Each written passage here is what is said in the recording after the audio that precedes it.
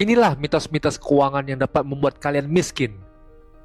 Halo semuanya, selamat datang di channel YouTube seputar pengetahuan. Kali ini saya akan membahas 5 mitos keuangan yang dapat membuatmu miskin. Mari kita mulai. Dalam dunia keuangan, seringkali terdapat mitos-mitos yang dapat memberikan dampak negatif pada cara kita mengelola keuangan. Mitos-mitos ini dapat membentuk persepsi yang keliru dan memengaruhi keputusan finansial kita. Nah, di dalam video ini, kita akan membahas beberapa mitos keuangan yang umum dan membahas dampak negatifnya, sekaligus menawarkan pandangan yang lebih akurat dan solusi untuk mengatasi kesalahpahaman tersebut. Yang pertama, gaji yang tinggi menjamin kesejahteraan finansial.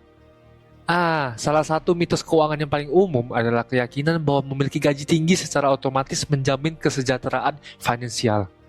Banyak orang percaya bahwa semakin besar gaji, semakin mudah untuk mencapai kestabilan dan kebahagiaan finansial. Namun, kenyataannya, gaji tinggi bukanlah jaminan untuk keuangan yang sehat. Orang dengan gaji tinggi juga dapat menghadapi masalah keuangan jika mereka tidak mengelola keuangan mereka dengan bijak. Kebiasaan pengeluaran yang berlebihan, investasi yang tidak tepat, atau kurangnya perencanaan keuangan dapat menyebabkan kesulitan finansial bahkan bagi mereka yang memiliki gaji atau penghasilan yang tinggi.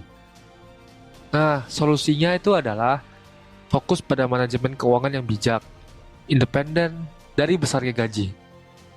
Membuat anggaran, menabung, dan berinvestasi dengan cerdas merupakan langkah-langkah yang penting untuk mencapai kesejahteraan finansial secara jangka panjang.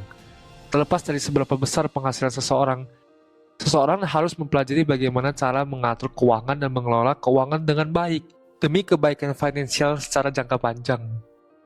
Yang kedua, semua utang adalah buruk. Mitos bahwa sebuah utang adalah buruk dapat membatasi pemahaman kita tentang peran utang dalam kehidupan finansial. Utang itu ada yang baik dan juga ada yang buruk. Semua itu tergantung dengan bagaimana cara Anda menggunakan utang. Menghindari utang sama sekali tidak selalu merupakan pilihan yang bijak. Utang yang digunakan untuk investasi seperti pendidikan atau pembelian rumah atau pembelian aset atau bahkan pengembangan usaha dan bisnis dapat dianggap sebagai utang yang baik karena dapat memberikan pengembalian investasi di masa depan. Nah, sebaliknya jika kalian gunakan utang untuk keperluan yang konsumtif, seperti membeli baju branded atau membiayai gaya hidup mewah tanpa pertimbangan yang matang dapat berakibat buruk bagi keuangan pribadi. Nah, solusinya adalah kita harus mengadopsi pandangan yang lebih nuansa terkait dengan utang. Melibatkan diri dalam utang yang dapat menghasilkan pengembalian investasi yang positif atau meningkatkan kesejahteraan finansial. Nah, jika Anda ingin menggunakan utang untuk keperluan yang produktif, Anda juga perlu memiliki pengetahuan dan pengalaman dalam bidang yang Anda ingin investasi menggunakan utang. Anda harus dengan cerdas mengelola keuangan atau mengelola utang tersebut. Karena jika tidak dikelola dengan baik, utang tersebut malah dapat menjadi musuh Anda. Maka dari itu, penting untuk memahami jenis utang yang akan diambil dan memastikan bahwa pembayaran utang dilakukan secara teratur dan sesuai dengan perencanaan pelunasan yang baik. Yang ketiga, investasi hanya untuk orang kaya. Salah satu mitos yang dapat merugikan Anda adalah keyakinan bahwa investasi hanya cocok untuk orang kaya. Banyak orang berpendapat bahwa mereka harus memiliki jumlah uang yang substansial untuk memulai investasi dan mendapatkan keuntungan dari pasar keuangan. Tapi ini adalah asumsi yang salah. Padahal, kenyataannya, investasi dapat dilakukan oleh siapa saja, terlepas dari tingkat pendapatan. Bahkan dengan jumlah uang yang kecil, seseorang dapat memulai investasi dengan bijak, seperti melalui reksadana, platform investasi online, dan sebagainya. Dengan berinvestasi, seseorang dapat membangun kekayaan seiring waktu dan memberikan kesempatan untuk mencapai tujuan keuangan jangka panjang. Nah, solusinya itu adalah memulai investasi dengan bijak, bahkan dengan jumlah kecil. Pendidikan keuangan dan pemahaman tentang berbagai opsi investasi dapat membantu individu memilih portofolio yang sesuai dengan tujuan dan toleransi resiko mereka. Menanamkan kebiasaan berinvestasi itu juga hal yang sangat bagus, apalagi dilakukan sejak dini. Nah, menanamkan kebiasaan berinvestasi sejak dini adalah langkah penting untuk mencapai pertumbuhan kekayaan yang berkelanjutan. Maka dari itu, sesegera mungkin mulai investasi, berapapun pendapatan kalian.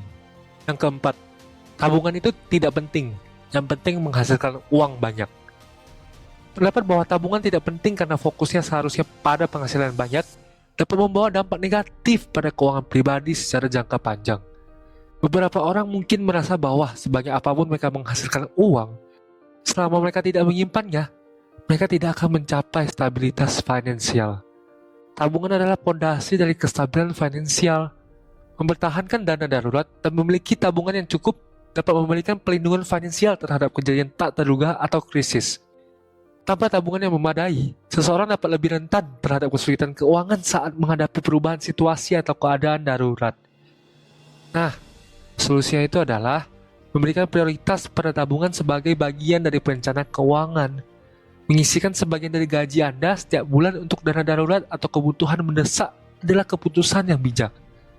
Tabungan yang teratur memberikan keamanan finansial dan memberikan fleksibilitas untuk mengatasi perubahan keuangan yang tak terduga. Nah, bagaimana cara praktisnya? Ketika Anda gajian, Anda sisihkan 10% dari gaji Anda tersebut untuk menabung. Anda berasumsi aja bahwa 10% tersebut adalah duit pajak. Sehingga Anda tidak merasa tertekan dalam menabung, dan juga lebih mudah. Kita mulai menabung yuk, demi kebaikan finansial jangka panjang. Yang kelima, perencanaan pensiun itu terlalu awal. Saya masih muda. Nah, banyak orang muda cenderung mengabaikan perencanaan pensiun karena mereka merasa mereka masih terlalu dini untuk memikirkan masa depan yang jauh. Mitos ini dapat membawa dampak negatif, karena perencanaan pensiun yang terlalu lambat dapat meninggalkan seseorang dengan keterbatasan finansial saat memasuki masa pensiun. Perencanaan pensiun yang baik memerlukan waktu dan konsistensi.